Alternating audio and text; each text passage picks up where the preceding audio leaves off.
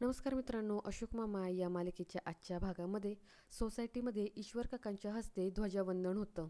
पुढे देसाई हे सोसायटीचे सेक्रेटरी असल्यामुळं ते त्यांचं मनोगत व्यक्त करतात. त्याचबरोबर ते सर्वांना प्रजासत्ताक दिनाच्या शुभेच्छा देखील देतात. पुढे ते म्हणतात की या आजच्या दिवसाचं अजून एक महत्त्व म्हणजे की आपली ही गुलमोहर सोसायटी तिची प्रतिस्पर्धक सोसायटी नंदनवन सोसायटी हिच्यासोबत रंगणारा आजचा क्रिकेटचा सामना. हा सामना आपल्याला ह्यावेळेस काही करून जिंकायचा आहे. मला सांगायला वाईट वाटतं की गेले 3 वर्ष सतत आपली सोसायटी ही हारत आलेली आहे आणि अजून पण त्या नंदनवन सोसायटीतील लोकांचा कॉन्फिडन्स एवढा आहे की ते आपल्याला सहज हारू शकतात. पण आपण तसं होऊन द्यायचं नाही. आपण पूर्ण जिद्दीने खेळायला उतरायचं. ते मैदान एक मैदान नसून ती युद्धभूमी आहे हे लक्षात ठेवायचं आणि आता आपण तिथं जाऊन मारायचं किंवा मारायचं असं ध्येय ठेवायचं आणि त्याच पद्धतीने आपण खेळायचं, असं म्हणत देसाई सर्वांना मोटिवेट करतात खेळण्यासाठी. पुढे ते म्हणतात की आणि तुम्हाला जसं खेळायचं तसं खेळा, असं खेळा नाही तर तसं खेळा, कसंही खेळा पण काही करून तुम्ही जिंकलंच पाहिजे.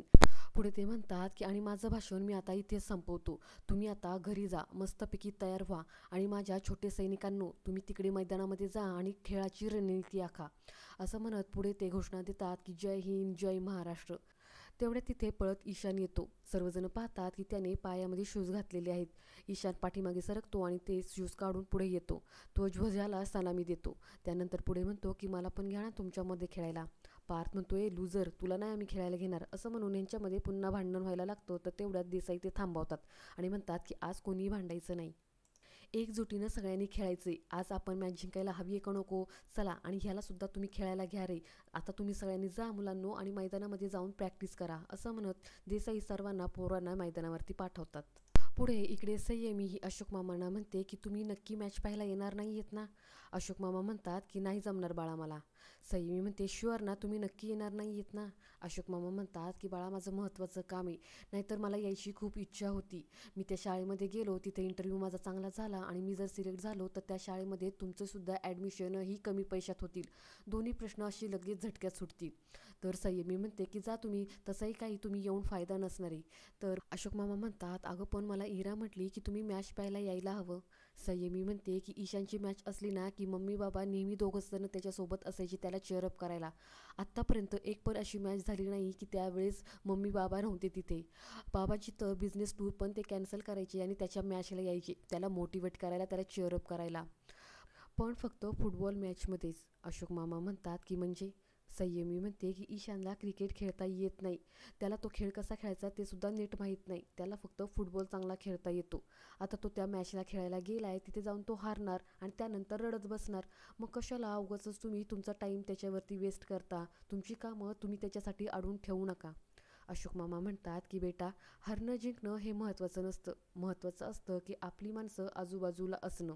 आपली माणसं आजूबाजूला असली की त्याला धीर देतील, त्याला मोटिवेट करतील. त्याला कोणीतरी समजून सांगायला हवं की बाळा आत्ता जरी तू हारला तरी पुढच्या वेळेस नीट चांगलं खेळशील, आणि तो दिलासा मी त्याला चांगल्या प्रकारे देऊ शकतो. संयमी म्हणते की त्याची काहीही गरज नाही आहे. तुम्ही असलात काय नसलात काय त्याने काय फरक पडणार आहे? तो शेवटी मॅच हरणारच आहे ना. आणि आम्ही आहोत ना, आम्ही घेऊन त्याला सांभाळून, आम्ही सांगू त्याला नीट समजावून. तसंही त्याला तुमच्यासमोर नीट व्हेंटिलेट पण होता येणार नाही. आमच्यासमोर किमान तो मोकळेपणाने रडेल तरी. त्यामुळं तुमची काहीही गरज नाही आहे. तुम्ही जा तुमच्या कामाला, असं म्हटल्यावरती अशोक मामांना जरा वाईट वाटतं. पुढे ते म्हणतात बरं ठीक आहे चल, मी जातो आता, असं म्हणत अशोक मामा तिथून जातात. त्यानंतर इकडे पुढे मॅचेस सुरू होण्यापूर्वी देसाई तिथल्या ग्राउंडबद्दलची काही कॉमेंट्री करत असतात. तिथे अशोक मामा आणि ईश्वर काका येतात. अशोक मामा हसतच म्हणतात की हा देसाई परत कॉमेंट्री करणारे की काय? अशोक मामा म्हणतात अरे कॉमेंट्री आणि कॉमेडी त्याला सगळं काही जमतं आणि हे असं असलं ना की त्याला अजून उत्साह येतो. अशोक मामा यावरती हसतात आणि म्हणतात की झालं म्हणजे गेल्या वर्षीप्रमाणे ह्याही वर्षी मारामारी होणार. काहीच्या काही बरळत असतो रे हा देसाई. ईश्वर काका म्हणतात चालायचंच रे, पण जाऊ दे तू कुठं चाललायस आता? अशोक मामा म्हणतात माझा इंटरव्ह्यू आहे, इंटरव्ह्यूला चाललोय मी. ईश्वर काका म्हणतात अरे पण ईशानची मॅच आहे. अशोक मामा डोळ्यामध्ये आसू आणून म्हणतात की मला बघायचा होता रे त्याचा खेळ. नातवाचा खेळ पाहणं, त्याला चेअरअप करणं, शिट्ट्या वाजवणं, हे मला सगळं काही करायचं होतं. पण पोटाची खळगी भरवण्यासाठी आपला आनंद थोडा बाजूला ठेवावा लागतो.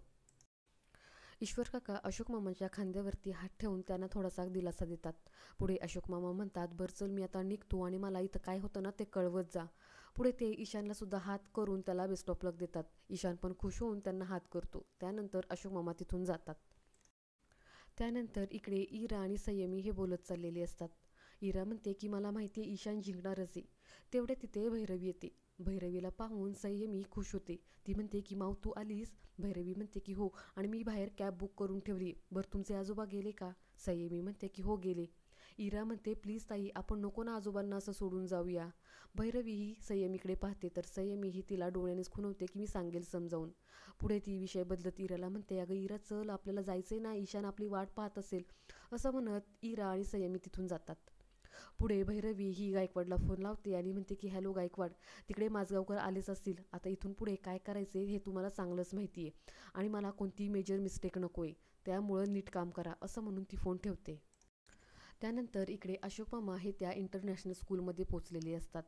ते आजूबाजूच्या रूममध्ये पाहतात तर तिथं कोणी नसतं. शेवटी ते दमून बसतात. पुढे ते गायकवाडला फोन लावतात पण फोन काही उचलला जात नाही. तेवढ्या तिथे थोड्या वेळानंतर गायकवाड येतात. अशोक मामा त्यांना नमस्कार करतात आणि म्हणतात की तुम्हाला माहिती आहे का इथे संदीप गायकवाड कोण आहे ते? गायकवाड हसतो आणि तो म्हणतो की मीच आहे संदीप गायकवाड, तुम्ही बरोबर योग्य ठिकाणी आला आहात. अशोक मामा म्हणतात हो का, बरं. पुढे गायकवाड म्हणतात की तुम्हाला काही चहा कॉफी काही नाश्ता वगैरे करायचा आहे का? अशोक मामा म्हणतात की नाही नाही तसलं काही नाही करायचं मला, पण चला आपण लवकर काम उरकून घेऊ ना. तर संदीप गायकवाड म्हणतो बरं तुम्ही बसा, आमचे साहेब आहेत नेता, ते तुमचा इंटरव्ह्यू घेतील. असं म्हणत गायकवाड तिथून जातो. अशोक मामा घड्याळात पाहत म्हणतात की 10:30 वाजले. एव्हा ना ईशानची मॅच सुरू पण झाली असेल. तर इकडे मॅच सुरू झालेली असते. देसाई हे कॉमेंट्री करत असतात. सर्व प्लेयरची देसाई मोठमोठ्याने आणि उत्साहाने नावं घेऊन त्यांना अनाऊन्स करतात.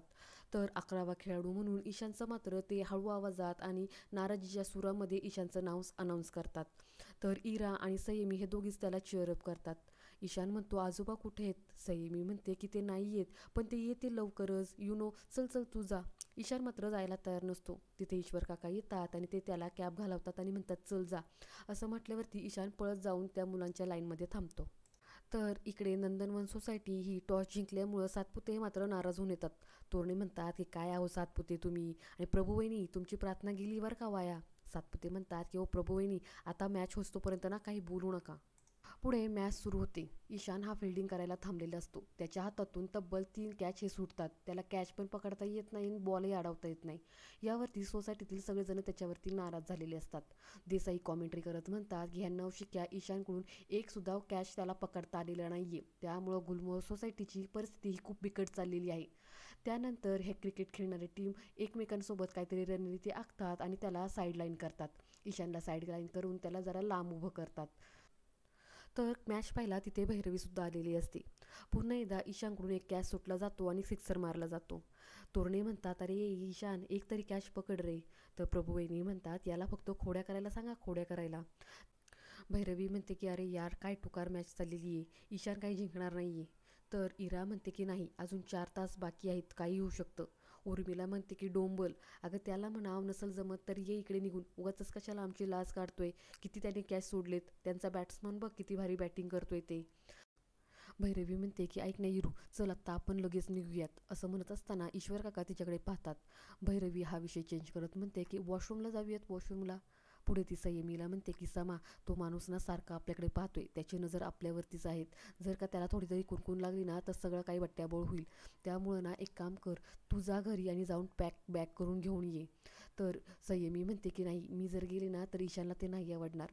भैरवी म्हणते बरं ठीक आहे, मी जाते आणि बॅग पॅक करते, तू मला घराची चावी दे. असं म्हणत भैरवी तिच्याकडून चावी घेते आणि तिथून जाते. तर इकडे अशोक मामांना मात्र ताटकळत ठेवलेलं असतं. बसून बसून त्यांना झोप यायला लागते. तर इकडे गुलमोहर सोसायटीची बॅटिंग सुरू असते. देसाई म्हणतात की आता पार्थ बॅटिंग करायला आलाय आणि त्याला साथ द्यायला कियान आहे. फलंदाजी खराब झाल्यामुळं गुलमोहर सोसायटीसमोर आता मोठं आव्हान आहे. 10 ओव्हरमध्ये त्यांना 57 रन काढायचे. पहिली बॅटिंग पार्थ घेतो आणि पहिल्याच बॉलला तो आऊट होतो. तर इकडे अशोक मामांना मात्र बसून कंटाळा आलेला असतो. ते ईश्वर काकांना फोन लावतात. ईश्वर काका म्हणतात काय म्हणतो अशोक, झाला का तुझा इंटरव्ह्यू? अशोक मामा म्हणतात अरे कसला काय, 1.5 तास झालाय त्यांनी मला फक्त इथं बसूनच ठेवलंय. बरं मला एक सांग मॅचचं काय झालं तिकडे? ईश्वर काका म्हणतात अरे इकडे पानिपत चाललंय, पानिपतचं युद्ध चाललंय इकडे. अरे काय सांगू, आपले हे वीर टपाटप टपाटप आऊट होतात. अशोक मामा म्हणतात आणि ईशानचं काय? ईश्वर काका म्हणतात अरे ईशानचं काय, त्यांनी ना 4 कॅच सोडली. अशोक म्हणतात काय 4 कॅच सोडले? ईश्वर काका म्हणतात की हो, आता त्याला बॅटिंग मिळेल की नाही काय त्याच्याबद्दल शंकाच आहे. अशोक मामा म्हणतात, बरं ठीक आहे, तिकडे त्याचं काय चाललंय कळत नाही, इकडे माझं काय चाललंय कळत नाही, जाऊ दे चल, आता ह्या माणसाला जरा फायद्यावर घ्यावंच लागेल, असं म्हणत अशोक मामा फोन ठेवतात. तर इकडे भैरवी ही घरामध्ये येते आणि ती पटापटा मुलांची बॅग भरू लागते. तिच्या पाठीमागे इरा आलेली असते. ती गपचूप येते आणि ती दरवाजाची कडी लावून तिथून पळते. इरा ही पुन्हा क्रिकेट पाहायला जागेवरती येते. संयमी म्हणते, काय गं कुठं गेली होतीस? इरा म्हणते, काय नाही गं, पाणी प्यायला गेलते. तर इकडे अनाऊन्समेंट होते की गुलमोहर सोसायटीचा परफॉर्मन्स फार वाईट आहे. आता त्यांना 12 बॉलमध्ये 15 रन करायचेत आणि त्यांचा शेवटचा बॅटमन येतोय ईशान माजगावकर. ईशान हा बॅटिंगला येत असताना अशोक मामा जे काही काल बोलले ते आठवत येत असतो. तर सोसायटीतील लोक म्हणतात की आता हा काय खेळणार आहे. तर फक्त संयमी त्याला चेअरअप करत असते.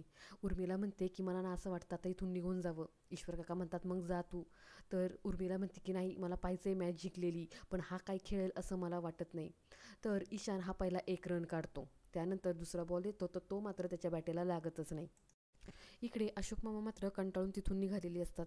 तिथे त्यांना एक पिऊन भेटतो. अशोक मामा त्याला म्हणतात, काय हो, 3 तास झाले मी इथं बसून, 1 वाजून गेल्यात, अजून तुमच्या मेहता साहेबांचा तपास नाही येत, कुठे आहेत कुठे ते? पिऊन म्हणतो की कोण मेहता साहेब? अहो सर, असं कोणी इथं नाही आहे, एकतर तुम्ही पत्ता चुकलात किंवा तुमची कोणीतरी फसवणूक केली. अशोक मामा म्हणतात, काय माझी कोणी फसवणूक केली? तेवढ्यात तिथून गायकवाड हा जात असतो. अशोक मामा त्याची कॉलर्स पकडतात आणि त्याला म्हणतात, ए तू माझ्याशी असं खोटं का बोलला, सांग सांग, तुला कुणी करायला सांगितलं होतं? तर गायकवाड घाबरतो आणि तो म्हणतो, कुणी नाही कुणी नाही असं म्हणत तो तिथून पळ काढतो. तेवढ्यात अशोक मामांना ईश्वर काकांचा फोन येतो. ईश्वर काका म्हणतात की अशोक ऐक, अरे ईशानला बॅटिंग मिळाली, शेवटचे 10 बॉल राहिलेत, तू लवकर इकडे निघून ये बरं. अशोक मामा हे गायकवाडला सोडतात आणि तिकडे घरी यायला निघतात. आणि इकडे भैरवी ही बॅग पॅक करून घरातून बाहेर निघायला बघते तर दरवाजा उघडतच नाही. ती नंतर संयमीला फोन ट्राय करते, पण इकडे क्रिकेटकडे खूप आवाज असल्यामुळं संयमीला फोनचा आवाजच ऐकू येत नाही.